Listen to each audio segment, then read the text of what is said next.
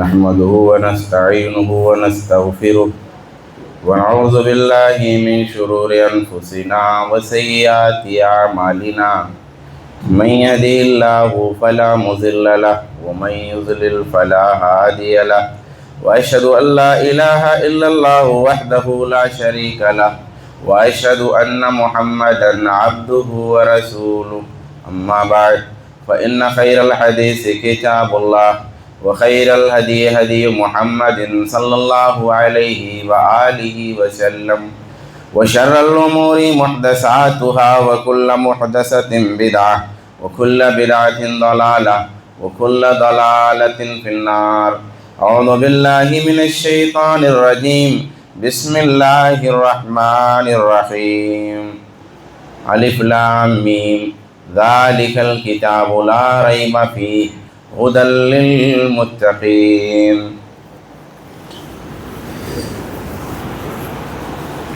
حاضرین مجلس، آج کی اس مبارک مجلس میں حاضری نسبتاً مشکل تھی، لیکن ایک سعادت سمجھتے ہوئے اور کچھ باتوں کے عرض کرنے کا ایک موقع جانتے ہوئے میں نے کوشش کی کہ اس مجلس میں شرکت کروں. انشاءاللہ آپ کی بھی ضرورت ہے کہ باتیں مختصر ہوں اور میری بھی ضرورت ہے کہ باتیں مختصر ہوں. دونوں کی ضرورت ہے، اس لحاظ سے میں مختصر وقت میں اپنی بات کو ختم کرنا چاہوں گا. قرآن پاک کی جو شروعات ہوتی ہے ذالک الکتاب لا ریب فیہ ھدی للمتقین، یہ کتاب، اس کا انٹروڈکشن ہو رہا ہے. قرآن پاک جو کتاب آپ پڑھنے جا رہے ہیں، جس میں آپ نے دعا کیا ہے نا کہ اہدنا الصراط المستقیم، اے ہمارے پروردگار ہمیں سیدھے راستے کی ہدایت دے. جب آپ نے قرآن کھولا ہے اور سورہ فاتحہ آپ نے پڑھی ہے تو آپ نے ہدایت کی دعا کی ہے. تو اب جب ہدایت کی دعا کرنے کے بعد جب آپ صفحہ بدلتے ہیں تو پھر ہدایت نامہ وہاں سے شروع ہو جاتا ہے کہ بھئی لو اب یہاں سے ہدایت شروع ہو. تو اب جب ہدایت شروع ہوتی ہے تو ہدایت شروع ہوتے ہی ایک چھوٹا سا تعارف کرا دیا جاتا ہے جو بہت جوہری، بہت بنیادی ہے، بہت بیسک تعارف ہے، بہت بڑا تعارف ہے. بہت چھوٹے لفظوں میں بہت بڑا تعارف ہے کہ ذالک الکتاب لا ریب فیہ، یہ ایسی کتاب ہے اس میں کوئی ڈاؤٹ نہیں. کیونکہ ڈاؤٹ کا جو مسئلہ ہے بہت اہم ہے، وہ کسی تعلق دار کے سلسلے میں ہو، رشتہ دار کے سلسلے میں ہو، اپنے بھائی کے سلسلے میں ہو، اپنی بیوی کے سلسلے میں ہو، اپنی بیٹی کے سلسلے میں ہو، اپنے شراکت دار، کاروباری ساجھیدار کے سلسلے میں ہو، کسی کے بھی سلسلے میں ہو، کسی عہدے دار کے سلسلے میں ہو. نو ڈاؤٹ یہ زندگی کی بہت اہم حقیقت ہے، بہت بڑی حقیقت ہے. آپ بہت دور جا رہے ہیں، گھر سے 4 مہینے کے لیے جا رہے ہیں، 5 مہینے کے لیے جا رہے ہیں، 6 مہینے کے لیے جا رہے ہیں. آپ کی نئی شادی ہوئی ہے، 2 سال ہوا، 3 سال ہوا، 10 سال ہوا، 20 سال ہوا. تو اب آپ جا رہے ہیں، 5 سال ہوا ہے شادی ہوئے، آپ کو اپنے گھر پہ اطمینان ہے، نو ڈاؤٹ. تو یہ جو نو ڈاؤٹ آپ کو ملتا ہے یہ بہت اہم ہے. آپ کی بیٹی ہے، آپ کے بچے ہیں، آپ کا دوست ہے، آپ کا ساجھیدار ہے آپ کے کاروبار میں. اب اگر ہر دم دل میں یہی لگا ہے کہ کچھ گڑبڑ نہ کر رہا ہو تب تو کاروبار چل چکا. لیکن اگر یہ ہو گیا کہ نو ڈاؤٹ تو یہ بہت بڑی بات ہے. تو جو قرآن ایسی کتاب ہے کہ دنیا کی کوئی کتاب یہ دعویٰ ہی نہیں کرتی ہے. دنیا بھائی کہنے کے لیے تو سب اعتراض کے طور پہ تو 1000 کتاب لوگ پیش کرتے ہیں، لیکن کوئی کتاب یہ دعویٰ نہیں کری، کسی کتاب نے یہ چیلنج نہیں کیا کہ اس کتاب جیسی کتاب لاؤ. کسی کتاب نے آج تک یہ دعویٰ نہیں کیا کہ اس کتاب کی ہر لائن، اس کا ہر جملہ، اس کا ہر لفظ، اس کا ہر حرف صحیح ہے. یہ کسی کتاب نے دعویٰ نہیں کیا. ایسے قرآن کے دعوے کے بعد آپ کہیں کسی کتاب کی طرف سے ڈیفینسو موڈ میں تو الگ بات ہے، لیکن کوئی کتاب آج تک یہ دعویٰ نہیں کرتی، کسی نے چیلنج ہی نہیں کیا. تو یہ کتاب نے ایک انٹروڈکشن کرایا کہ ذالک الکتاب لا ریب فیہ، اس کتاب میں کوئی ڈاؤٹ نہیں ہے، کوئی شبہ نہیں ہے. ھدی للمتقین، متقیوں کے لیے ہدایت ہے. ایک بات ہے. دوسری بات جو مہینہ چل رہا ہے اس حوالے سے میں جوڑ کر کے بات کروں گا. 2 باتوں میں بات ہوگی. ایک عظمت قرآن کا جو تقاضا ہے، اس کا تقاضا ایک ہے تلاوت اور اس کا تقاضا ایک ہے عمل. تو آئیے جو ہے اس تقاضے پہ بات کر لیتے ہیں. اللہ تبارک و تعالیٰ نے قرآن پاک میں فرمایا شہر رمضان الذی انزل فیہ القرآن ھدی للناس وبینات من الھدی والفرقان، کہ رمضان کے مہینے میں قرآن نازل کیا. اللہ تبارک و تعالیٰ نے یہ بات صراحت کے ساتھ قرآن پاک میں بیان فرما دی. اب جو میں نے پہلی آیت پیش کی ذالک الکتاب لا ریب فیہ ھدی للمتقین، متقیوں کے لیے ہدایت ہے، یہ دوسری بات ہے. ایک تیسری بات ہے یا ایھاالذین آمنوا کتب علیکم الصیام کما کتب علی الذین من قبلکم لعلکم تتقون، کہ اے لوگوں رمضان کا مہینہ تمہیں جو دیا گیا ہے وہ اس لیے تاکہ تمہارے اندر تقوی آئے۔ اب تینوں باتوں کو جوڑ لیتے ہیں، کہا کہ رمضان اور اس کے روزے کس لیے ہیں؟ تاکہ تقوی آئے، اور قرآن کیا ہے؟ تقوی والوں کے لیے ہدایت ہے۔ تو قرآن میں تقوی والوں کے لیے ہدایت ہے، تو اب تقوی والوں کے لیے ہدایت ہے تو گویا کچھ اسپیشل ایسا ہونا چاہیے کہ یہ تقوی باقی رہے، اس تقوی کی تربیت ہو، اس تقوی میں امپروو ہو، اس تقوی میں جو ہے بڑھوتری ہو، یہ ذرا اور زوردار ہو جائے۔ تو کہا کہ رمضان اور اس کے روزے اس لیے ہیں تاکہ تمہارے اندر تقوی آئے۔ اچھا، اور قرآن کس مہینے میں نازل کیا گیا؟ رمضان کے مہینے میں۔ معلوم یہ ہوا، بہت ساری باتیں معلوم ہوئی، ایک بات یہ معلوم ہوئی کہ گویا قرآن پاک کا نازل کرنا اتنا اہم ہے، اتنا اہم ہے، اتنا اہم ہے کہ جس مہینے میں اللہ نے اس کتاب کو نازل کیا، اس مہینے کو صبر کا مہینہ بنا دیا، اس مہینے کو شکر کا مہینہ بنا دیا، اس مہینے کو تلاوت کا مہینہ بنا دیا، اس مہینے کو صدقے کا مہینہ بنا دیا، اس مہینے کو خاص طور پہ جھوٹ سے اور برائی سے بچنے کا مہینہ بنا دیا، خاص طور پہ اچھائی کا مہینہ بنا دیا، شب قدر کا مہینہ بنا دیا، اعتکاف کا مہینہ بنا دیا، اجر کو بڑھا دیا، جنت کے دروازے کھول دیے، جہنم کے دروازے بند کر دیے، سرکش شیطانوں کو قید کر دیا، ایک ماحول بنا دیا، ایک فضا پوری تیار کر دی اس کتاب کے شکرانے میں، کہ تاکہ انسان اس کتاب کی اہمیت سمجھے اور اس کی تلاوت کرے۔ تو ایک تقاضا ہو گیا ہے۔ اب بات آگے بڑھاتے ہیں، یعنی اس سے آپ کو اہمیت سمجھ میں آ گئی کہ قرآن پاک کا نزول پوری انسانیت پہ کتنا اہم ہے، کتنی اہم گائیڈ لائن۔ اب یہاں ایک بات اور جوڑ دوں گا کہ اتنی اہم کتاب ہے، یہ کتاب ہمارے ایمان کا حصہ ہے، یعنی ایک ہوتا ارکان اسلام، ایک ارکان ایمان۔ تو ارکان ایمان کیا؟ ان تؤمن باللہ وملائکتہ وکتبہ ورسلہ، یہ ارکان ایمان اس طریقے سے بیان ہوئے کہ ایمان کیا ہے کہ اللہ پہ ایمان لاؤ، اب اس کی پوری تفصیل ہے۔ ایمان کیا ہے؟ اللہ کے فرشتوں پہ ایمان لاؤ، اس کی تفصیل ہے۔ ایمان کیا ہے؟ اللہ کی کتابوں پہ ایمان لاؤ اور اس کی تفصیل ہے۔ ایمان کیا ہے؟ اللہ کے رسولوں پہ ایمان لاؤ، اس کی تفصیل ہے۔ ایمان کیا ہے؟ آخرت پہ ایمان لاؤ، اس کی تفصیل ہے۔ ایمان کیا ہے؟ تقدیر پہ ایمان لاؤ، اس کی تفصیل ہے۔ تو ان باتوں پہ ایمان رکھے بغیر کوئی مسلمان نہیں ہو سکتا، کوئی مسلمان نہیں ہو سکتا۔ میں صرف ایک سوال پوچھوں گا، اگر کسی کا اس کتاب پر ایمان نہیں ہو تو کیا مسلمان ہے؟ نہیں۔ اس کتاب پہ اگر کسی کا ایمان نہ ہو تو مسلمان نہیں ہے۔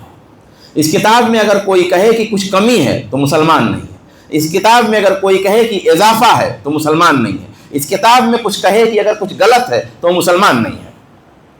ایک ایشو چل رہا ہے پوری دنیا کے اندر، وہ امت کی بات چل رہی ہے، مسلمان کی بات چل رہی ہے۔ میں سیاسی ایشو میں نہیں جاتا، میں عقیدے کی ایشو میں ایک موقع ملا ہے تو عرض کر دوں، موقع ملے گا نہیں پتہ نہیں، تو ہو سکتا ہے کچھ لوگوں کو خراب لگے، لیکن یہ میری ذمہ داری ہے۔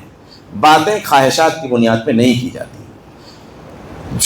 جو امت کی بات چل رہی ہے وہ لوگ اس کتاب پہ ایمان نہیں رکھتے ہیں، خاص طور پہ وہ جو بڑے ہیں۔ عوام الناس ہو سکتا ہے نہیں جانتی ہو، عام آدمی ہے، بہت زیادہ گہرائی نہیں جانتا، اللہ جانتا، رسول جانتا، نارمل آدمی ہے۔ دیکھیے، مولوی ہی سب سے زیادہ متقی ہوگا اور مولوی ہی سب سے زیادہ برا ہوگا، دونوں وہی ہوگا۔ اگر جانتے ہوئے وہ برائی کی طرف جائے تو اس سے برا کوئی نہیں ہوگا۔ ارے وہ سب سے پہلا جنتی بھی ہوگا، سب سے پہلا جہنمی بھی ہوگا، دونوں وہی ہوگا، ٹھیک ہے۔ تو عوام الناس میں ہو سکتا ہے بہت سارے لوگ، لیکن جتنے بڑے ملیں گے، جتنے پڑھے لکھے ملیں گے، سب یہ عقیدہ رکھتے ہیں، کم سے کم یہ عقیدہ رکھتے ہیں کہ اس قرآن میں کچھ چیزیں نکال دی گئی ہیں، یعنی کم سے کم والا ہے، اس کتاب سے کچھ چیزیں نکال دی گئی ہیں۔ اور یہ بہت فطری ہے، بہت نیچرل ہے۔ کیسے نیچرل ہے میں بتاؤں۔ ایک لیٹر کسی نے لکھا، ایک کتاب کسی نے لکھی، ایک ریسرچ کسی نے تیار کیا۔ اب ہمیں جس نے وہ ریسرچ تیار کیا، جو لے کے آیا ہے، اس میں مجھے بھروسے نہیں ہے، اس میں مجھے اعتبار، یعنی یہ بہت نیچرل بھی ہے، اس میں مجھے بھروسہ نہیں ہے۔ جب مجھے اس پہ بھروسہ نہیں ہے تو ظاہر سی بات ہے اس لیٹر پر، اس ریسرچ پر مجھے کیسے عقیدہ ہوگا۔ جب ابو بکر رضی اللہ تعالیٰ عنہ تمہارے نزدیک کافر ہیں، جب عمر رضی اللہ تعالیٰ عنہ ان کے نزدیک کافر ہیں، جب عثمان غنی رضی اللہ تعالیٰ عنہ ان کے نزدیک کافر ہیں، اور قرآن جمع کرا ابو بکر رضی اللہ تعالیٰ عنہ نے، قرآن جمع کرا عثمان غنی رضی اللہ تعالیٰ عنہ، تو کافروں والے جمع کیے ہوئے قرآن پہ عقیدہ بھی کیسے ہو سکتا ہے؟ بھئی جو قرآن کافر نے بھائی آپ بتائیے، حدیث میں یہ اصول ہے، قرآن تو صحابہ کے زمانے سے رسول نے کر دیا، لیکن حدیثیں تو مسلمانوں نے روایت کی. تو حدیث میں ایک اصول ہے کہ اگر کوئی کافر روایت کرتا ہے، پہلے کافر تھا، سنا تھا تب کافر تھا، روایت کیا تب مسلمان ہے، تب تو مانا جائے گا.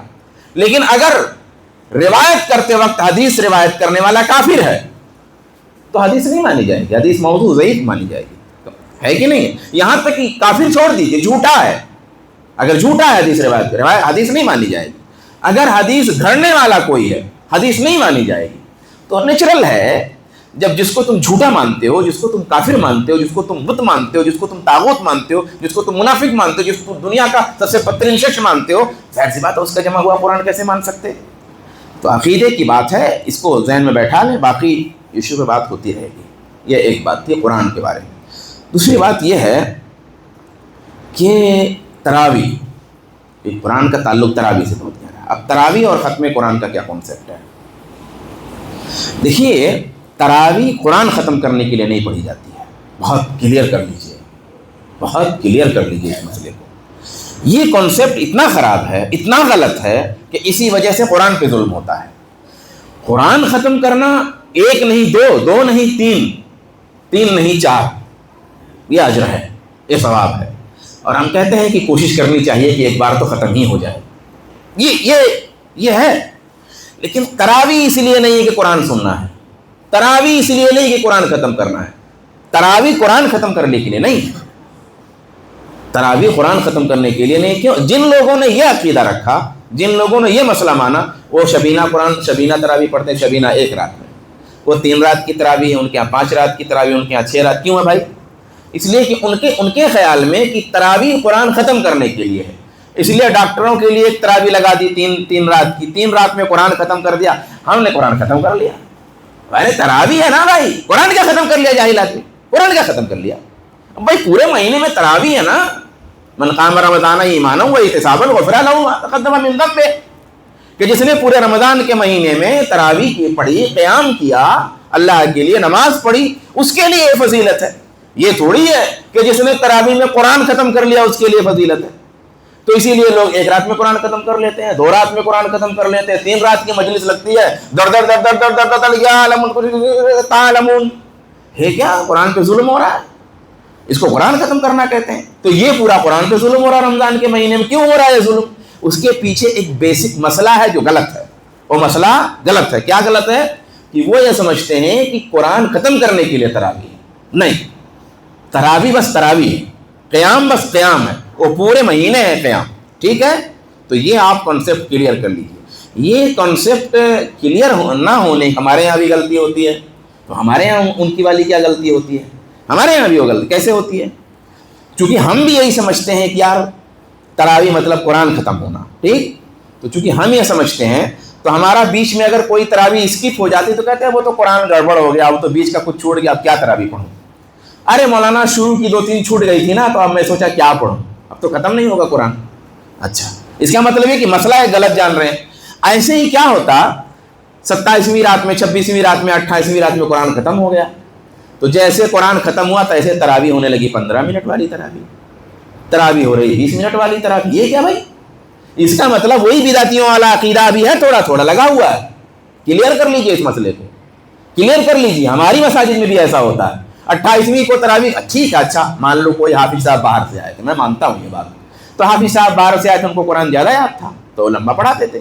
مولانا صاحب اتنا نہیں یاد ہے تو ٹھیک ہے، کوئی بھی مولانا صاحب کو 1 پارہ تو یاد رہتا ہے نا، تو وہی 1 پارہ پڑھا دو، وہی 1.25 پارہ پڑھا دو، آدھا پارہ سے کچھ زائد پڑھا دو.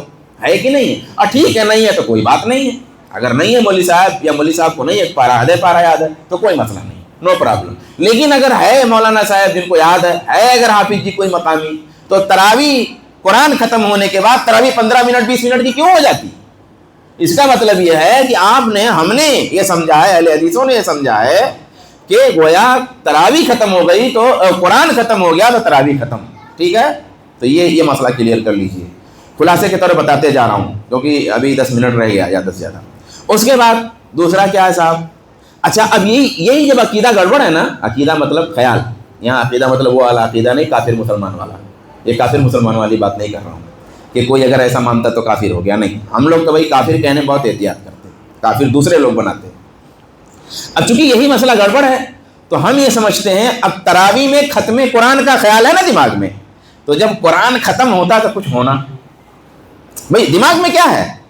دماغ میں یہ ہے کہ تراویح میں قرآن ختم ہونا، تو جب قرآن ختم ہونا تو کچھ ہونا، تو کیا ہونا؟ تو کچھ مٹھائی سٹھائی ہونا، کچھ بیان سیان ہونا، کچھ تقریر وقریر ہونی، کچھ اعلان سیلان ہونا، کچھ جمع ہونا، کچھ صلاح علیہ صلاح، کچھ السلام علیکم وعلیکم السلام وغیرہ وغیرہ، یہ سب ہونا، کچھ مبارکباد دینا، کچھ حافظ جی کو مسافہ کرنا وغیرہ، یہ سب چلنا۔ کیوں چلنا بھائی؟ دماغ میں کیا ہے؟ دماغ میں یہ ہے کہ قرآن ختم ہوا ہے۔ اب قرآن کیا ختم ہونے سے کیا میٹر؟ عبادت تو ابھی ختم نہیں ہوئی تراویح والی، قیام رمضان والی جو عبادت تھی وہ تو چاند جب تک نکلے گا نہیں تب تک باقی ہے، تو وہ تو ہوا نہیں ختم، تو کیا ختم ہوا؟ تو ہمارے دل میں یہ بات موجود ہے کہ گویا قرآن ختم ہو گیا تو کوئی تراویح اب کوئی بڑی چیز نہیں رہے گی، اب ایسے ہی ڈھکیل دینا ہے اس کو۔